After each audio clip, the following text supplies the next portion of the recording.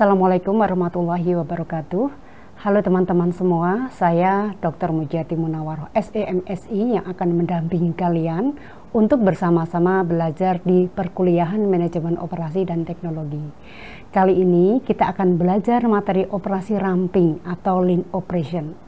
Salah satu keputusan operasi adalah inventory yang tercakup di dalamnya yaitu JIT atau just in time.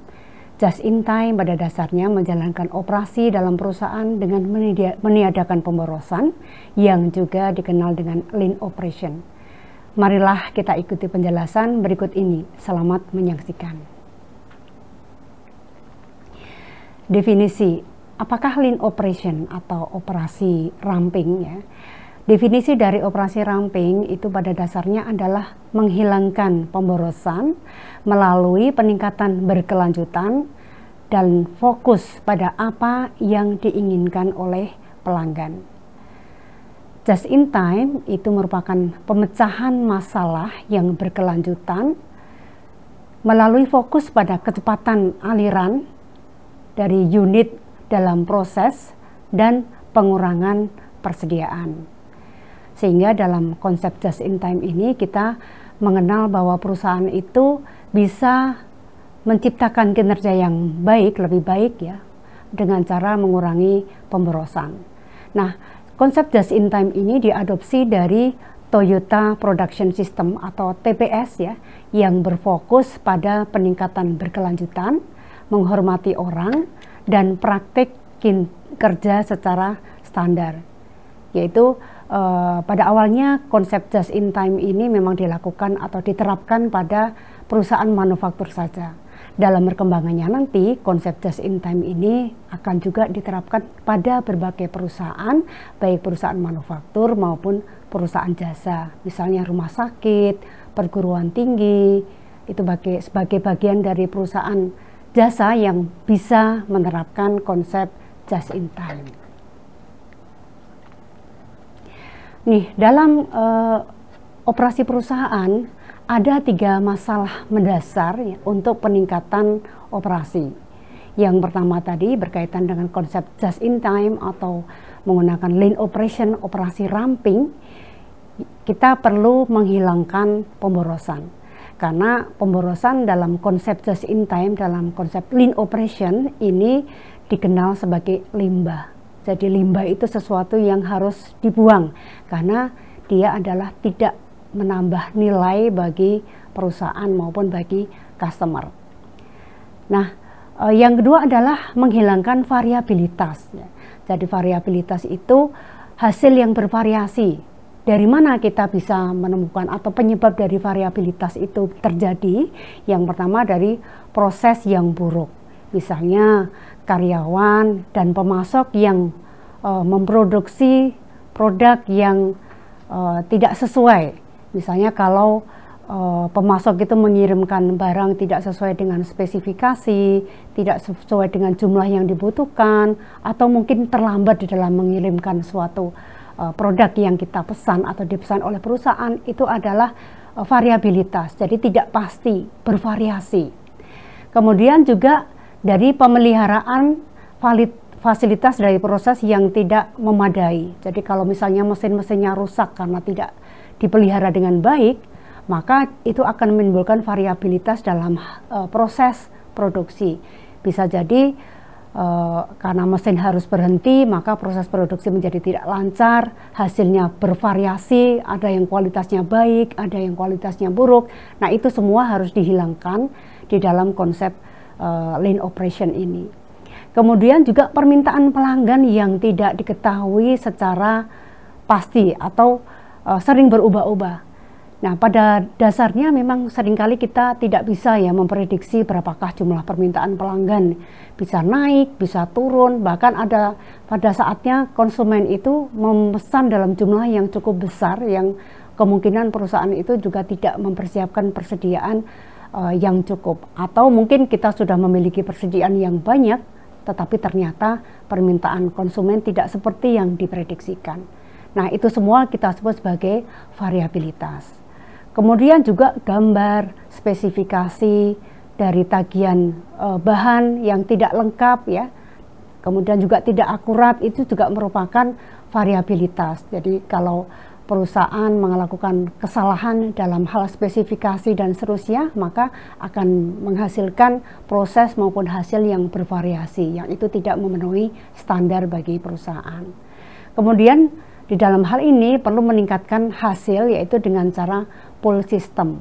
Artinya di dalam konsep lean operation ini, pada dasarnya perusahaan itu memproduksi pada saat sudah ada permintaan dari pelanggan, sehingga paling tidak nanti variabilitas itu bisa kita kurangi. Nah, tadi kita sudah membahas tentang limbah ya. Sebenarnya apa sih limbah dalam konsep lean operation ini ya? Limbah di sini bisa diartikan sebagai pemborosan, yaitu non-customer value added. Artinya segala sesuatu yang tidak menambahkan nilai bagi pelanggan itu kita sebut sebagai limbah. Apa saja itu yang dimaksud sebagai limbah atau pemborosan? Yang pertama adalah kelebihan produksi atau overproduction. Kelebihan produksi itu bukan menambah nilai bagi pelanggan. Bahkan kelebihan produksi itu hanya akan menambah biaya bagi perusahaan. Kalau perusahaan itu memproduksi dalam jumlah yang berlebihan, dia akan menambah biaya simpan misalkan. Atau mungkin bahan bakunya itu menjadi rusak sebelum sampai ke tangan pelanggan. Nah, itu semua kita sebut sebagai limbah. Yang kedua, antrian, queuing ya.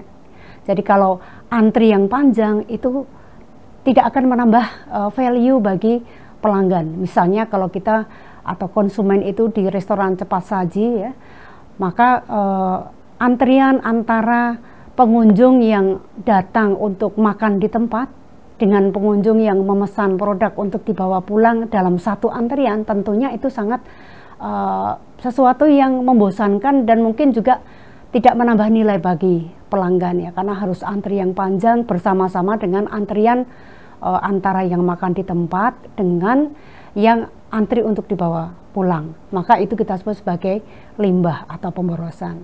Jadi nanti kalau seperti yang kita lihat ada drive-thru ya, jadi ada dua komponen yang dipisahkan antara konsumen yang memesan barang atau makanan itu ya untuk dibawa pulang dengan konsumen yang datang untuk makan di tempat, itu dipisah. Sehingga itu semua tidak menimbulkan antrian yang panjang, yang semuanya itu adalah pemborosan ya. Kemudian yang ketiga adalah produk cacat atau defective product. Produk cacat itu juga merupakan limbah ya. Kalau perusahaan itu sering menghasilkan produk yang tidak sesuai dengan spesifikasi, maka produk itu tidak bisa kita jual kepada pelanggan. Bagaimana supaya bisa dijual? Ya, dia harus rework, ya, jadi dikerjakan ulang, atau bahkan mungkin dibuang karena tidak bisa dijual kepada pelanggan.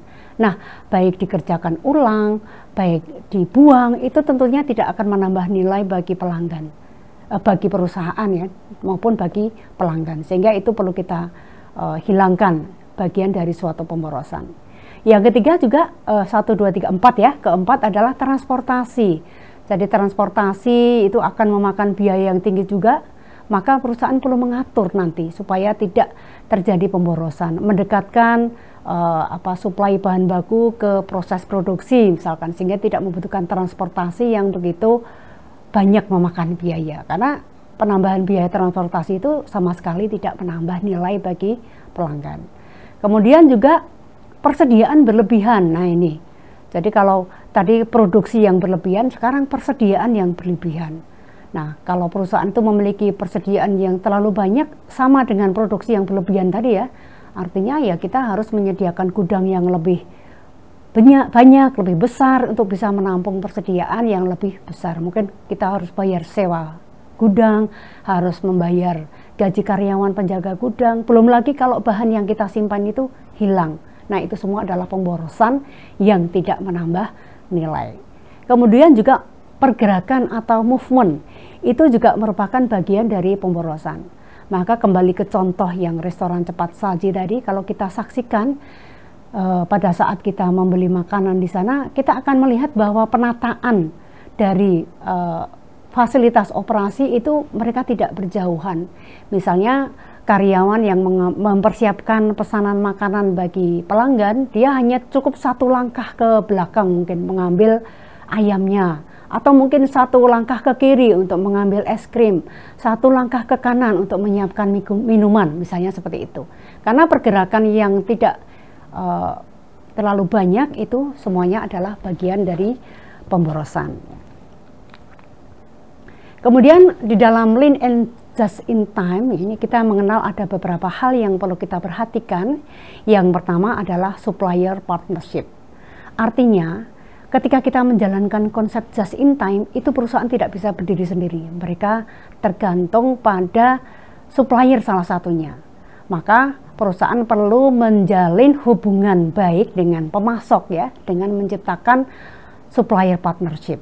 Jadi kemitraan pemasok dan pembeli yang menghilangkan pemborosan dan menurunkan biaya untuk keuntungan bersama.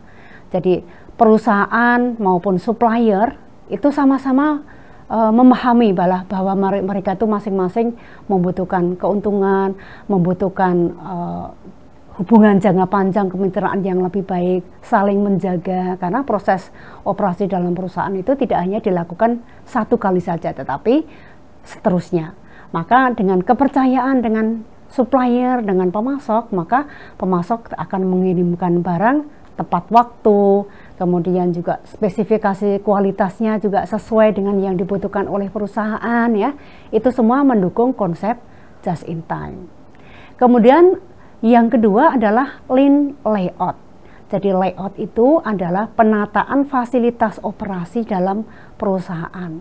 Untuk mendukung konsep lean dan just in time, tentunya penataan layout juga lean, harus ramping, efisien gitu ya. Kalau tadi kita katakan meminimumkan pergerakan, itu bisa didukung dengan penataan layout yang lebih baik. Saling berdekatan misalnya. Atau kalau misalnya kita akan menerapkan pada perusahaan retail, lean layout juga sangat penting untuk mempermudah aliran proses konsumen ketika dia berbelanja tanpa harus menjaga jarak yang terlalu luas antara satu bagian ke bagian yang lain. Ini adalah lean layout ya. Jadi penataan layout untuk mengurangi pergerakan. Kemudian juga lean inventory, yaitu persediaan minimum yang diperlukan untuk menjaga agar sistem itu berjalan dengan sempurna. Jadi ya kita meskipun belum bisa zero inventory, paling tidak kita meminimumkan jumlah persediaan supaya tidak ada persediaan berlebih yang harus kita simpan. Jadi dana yang kita tanamkan dalam persediaan itu terlalu besar sehingga tidak bisa berputar untuk membiayai operasional perusahaan. Maka lean inventory itu juga sangat penting untuk mendukung terlaksananya konsep lean dan just in time. Kemudian yang berikutnya adalah lean scheduling, yaitu penjadwalan efektif untuk penggunaan modal dan personel yang efektif. Tentunya lean scheduling ini juga sangat penting. Jadi semua pekerjaan yang dilakukan oleh karyawan itu butuh penjadwalannya yang lebih baik. Kapan harus mulai proses itu, kapan harus dilaksanakan, kemudian kapan harus selesai. Bisa jadi konsep ini kita juga membutuhkan adanya otomatisasi, membutuhkan bantuan teknologi sehingga schedule itu bisa dijalankan tepat waktu. Ini semua akan mendukung konsep lean dan just in time. Kemudian kita akan bahas bagaimanakah taktik lean dan inventory. Kita akan memperhatikan 3 gambar yang di layar ya. Yang pertama ada gambar A, ada gambar B, ada gambar C. Yang ketiga-tiganya adalah menunjukkan level inventory dalam suatu perusahaan. Nah, pada gambar bagian A itu menunjukkan tingkat persediaan yang tinggi yang menyembunyikan masalah. Jadi kita bayangkan di laut itu ya, kalau airnya lagi pasang, itu di dasar laut apa yang terjadi di dalam laut itu tidak kelihatan ya. Jadi kalau airnya itu penuh, dalam hal ini air yang penuh itu menunjukkan inventory level ya, levelnya persediaan itu diperbanyak, maka masalah-masalah yang sebenarnya dihadapi oleh perusahaan itu tertutup dengan inventory yang tinggi. Tentunya inventory yang tinggi itu berbiaya gitu ya. Tadi sudah kita jelaskan ada biaya simpan, mungkin juga biaya investasi yang harus kita tanamkan di dalam persediaan, karena persediaan itu menduduki lebih dari 50% modal yang dimiliki oleh perusahaan. Sehingga di sana akan tertutup itu adanya scrap. Ya, jadi ada hasil produk yang tidak sesuai dengan spesifikasi, mungkin ya dibuang terus menggunakan persediaan yang ada, sehingga seolah-olah tidak ada masalah. Kemudian ada quality yang tidak baik, ya, karena kualitas yang tidak baik itu ditutup oleh persediaan yang ada, ya seolah-olah tidak ada masalah. Nah ini bagian gambar bagian A, ya. Jadi tingkat persediaan yang tinggi itu menyembunyikan masalah. Kemudian bagian B, saat kita mengurangi persediaan, maka mulailah masalah itu terungkap. Jadi mulai kelihatan itu di permukaan air, ya, yang tadinya tertutup oleh persediaan, maka sekarang dengan mengurangi level persediaan, maka masalah-masalah yang tadinya tersembunyi menjadi muncul, ya. Oh, ternyata selama ini perusahaan itu mengalami banyak masalah, ada scrap, ada kualitas yang tidak baik, ya. Kemudian ada proses yang tidak sesuai dengan spesifikasi. Nah, dengan adanya masalah-masalah yang nampak, yang muncul akibat pengurangan persediaan, maka perusahaan perlu memperbaiki, gitu ya. Itu akan mendorong perusahaan untuk mencari penyebab akar permasalahannya, memperbaiki dengan continuous improvement, dengan perbaikan terus-menerus, ya. Akhirnya sumber dari variabilitas yang menimbulkan sesuatu yang tidak bernilai tambah tadi dikurangi, maka jadilah gambar yang C, ya. Jadi setelah mengurangi persediaan dan menghilangkan masalah, kita memiliki persediaan yang lebih rendah, yang biayanya adalah lebih rendah, sehingga akan meningkatkan kelancaran. Nah, inilah konsep just in time yang dilakukan dalam taktik lean inventory, ya.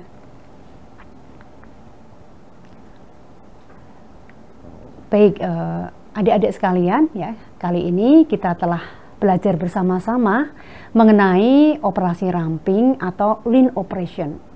Ternyata keuntungan yang diperoleh perusahaan itu tidak sekedar berasal dari kenaikan penjualan, tetapi dapat bersumber dari efisiensi biaya, yaitu melalui operasi ramping atau lean operation, yaitu menghilangkan aktivitas yang tidak memberikan nilai tambah, seperti meminimumkan pergerakan yang tidak perlu, kelebihan produksi, waktu tunggu, produk cacat, dan transportasi yang tidak efisien. Semoga kita semua dapat memperoleh manfaat dari pembelajaran hari ini untuk kehidupan kita semua. Demikian, Assalamualaikum warahmatullahi wabarakatuh.